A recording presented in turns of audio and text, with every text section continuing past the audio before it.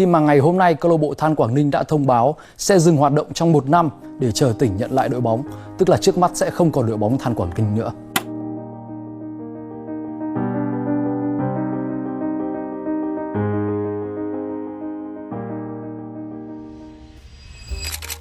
Có một điều mình luôn thắc mắc về V-League, vì sao nhiều đội bóng khó giữ được sự ổn định lâu dài? Hôm nay, cùng mình nhìn vào phần phía sau sân cỏ, nơi mọi thứ bắt đầu từ tài chính. V-League, một giải đấu không sống bằng chính mình. V-League không thiếu đội bóng, mỗi mùa giải bắt đầu danh sách các câu lạc bộ vẫn xuất hiện đầy đủ. Nhưng theo thời gian, nhiều cái tên dần biến mất khỏi bản đồ bóng đá Việt Nam mà không tạo ra cú sốc lớn. Có những đội bóng đổi tên, có những đội đổi chủ và cũng có những câu lạc bộ không còn tiếp tục xuất hiện ở mùa giải tiếp theo. Điều này không xảy ra đột ngột mà diễn ra chậm rãi, âm thầm, lặp lại qua nhiều năm, đến mức người hâm mộ dần coi đó là một phần quen thuộc của V-League. Cùng lúc đó, một thực tế khác cũng lặp lại gần như theo cùng một nhịp.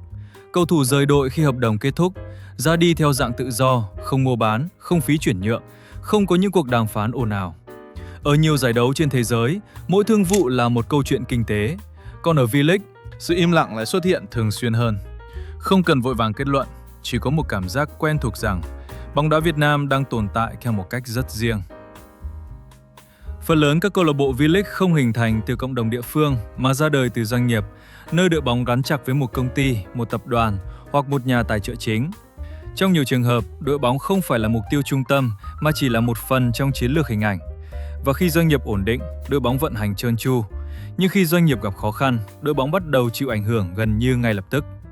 Sự thay đổi này không đến từ sân cỏ, cũng không đến từ thành tích thi đấu, mà đến từ báo cáo tài chính. Ở những nền bóng đá phát triển, câu lạc bộ tồn tại như một tổ chức độc lập với mô hình tài chính riêng và chiến lược dài hạn rõ ràng. Ngược lại, tại V-League, nhiều đội bóng chưa từng vận hành theo cách đó, khi ngân sách phụ thuộc gần như hoàn toàn vào một nguồn duy nhất, và mỗi khi nguồn tài trợ thay đổi, toàn bộ kế hoạch buộc phải điều chỉnh theo. Không có vùng đệm an toàn, không có khả năng chịu đựng trong thời gian dài, khiến sự ổn định tài chính luôn ở trạng thái mong manh. Nếu nhìn vào tài chính của các câu lạc bộ V-League, có thể thấy một điểm chung là chi phí vận hành luôn cao hơn rất nhiều so với khả năng tạo doanh thu thực tế. Một đội bóng V-League trung bình cần từ 60 đến hơn 100 tỷ đồng mỗi mùa giải để duy trì hoạt động, bao gồm lương cầu thủ, ban huấn luyện, chi phí di chuyển, ăn ở, sân bãi và đào tạo trẻ.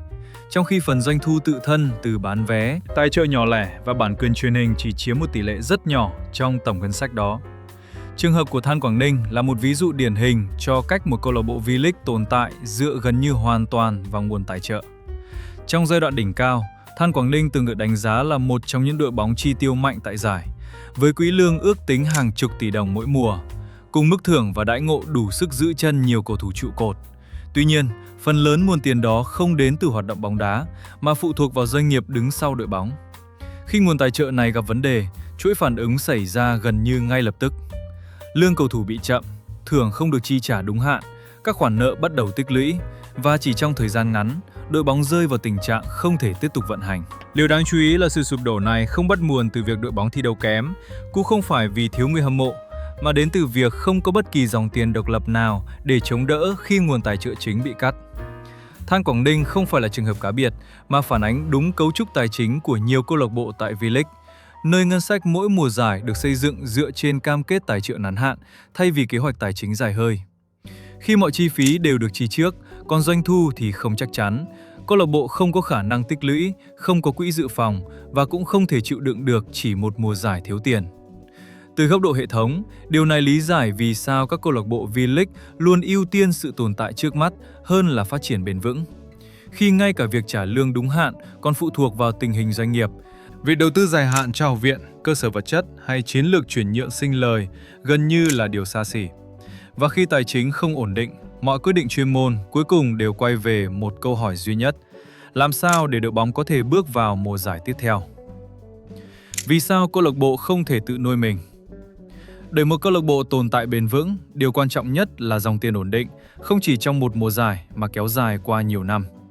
Ở bóng đá thế giới, dòng tiền đến từ nhiều nguồn khác nhau như khán giả mua vé, truyền hình trả tiền bản quyền và hoạt động thương mại tạo ra giá trị.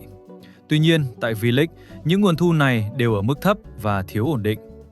Khán giả đến sân không đều đặn, giá vé thấp khiến doanh thu không đủ bù đắp chi phí vận hành. Khi bản quyền truyền hình chưa tạo ra nguồn thu đủ lớn để các câu lạc bộ xây dựng kế hoạch dài hạn.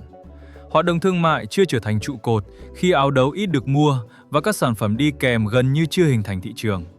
Vì thế, câu lạc bộ không tạo ra dòng tiền thực sự mà tồn tại chủ yếu nhờ ngân sách được cấp theo từng mùa, buộc mọi kế hoạch tài chính phải làm lại từ đầu mỗi năm, và không ai dám cam kết cho những chu kỳ dài. Khi đặt tài chính các câu lạc bộ V-League bên cạnh Thai League, sự khác biệt không nằm ở việc đội nào chi nhiều tiền hơn, mà nằm ở cách dòng tiền được hình thành và duy trì. Một câu lạc bộ Thái League tầm trung thường vận hành với ngân sách khoảng 80 đến 150 tỷ đồng mỗi mùa. Con số này không chênh lệch quá lớn so với một số đội V-League giàu tham vọng, nhưng điểm khác biệt nằm ở tỷ trọng doanh thu tự thân trong tổng ngân sách.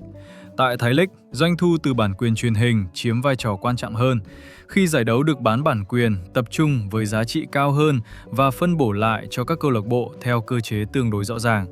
Bên cạnh đó, lượng khán giả đến sân ổn định giúp doanh thu vé và dịch vụ ngày thi đấu trở thành nguồn thu thực tế.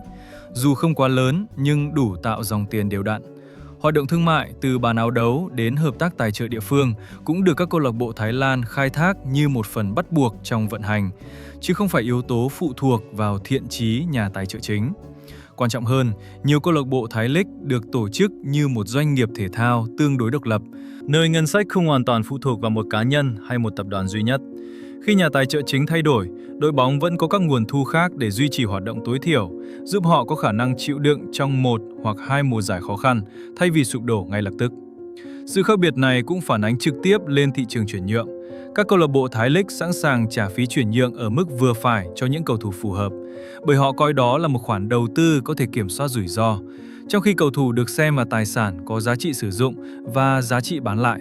Ngược lại, tại V-League, khi dòng tiền không ổn định và mọi ngân sách đều mang tính ngắn hạn, việc bỏ ra một khoản phí chuyển nhượng trở thành rủi ro lớn, khiến các câu lạc bộ buộc phải ưu tiên phương án an toàn là ký cầu thủ tự do.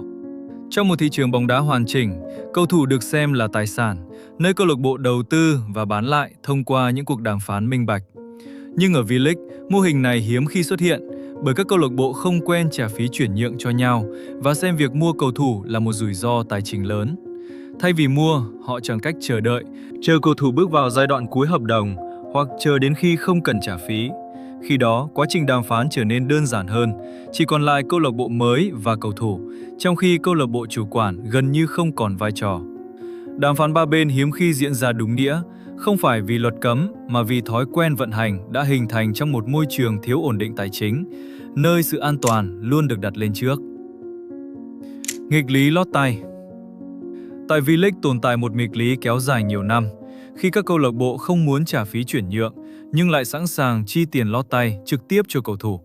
Họ chấp nhận mức đãi ngộ cao, chấp nhận chi phí lớn hơn nhưng không muốn trả tiền cho câu lạc bộ khác. Tiền không biến mất mà chỉ đi theo một con đường khác, ít minh bạch và không được ghi nhận chính thức. Hệ quả là giá trị cầu thủ không được định giá đúng, các câu lạc bộ đào tạo không thu lại được thành quả và không có động lực để đầu tư dài hạn hay giữ người. Cầu thủ dần quen với việc ra đi tự do và vòng lặp này tiếp tục lặp lại qua từng mùa giải, trở thành một phần cố định của hệ thống.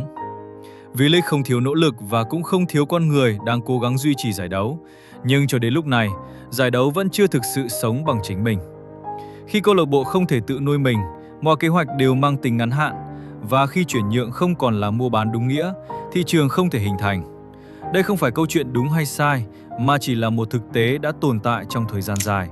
Để rồi đặt ra câu hỏi rằng, bóng đá Việt Nam sẽ tiếp tục chấp nhận cách tồn tại quen thuộc này trong tương lai hay không?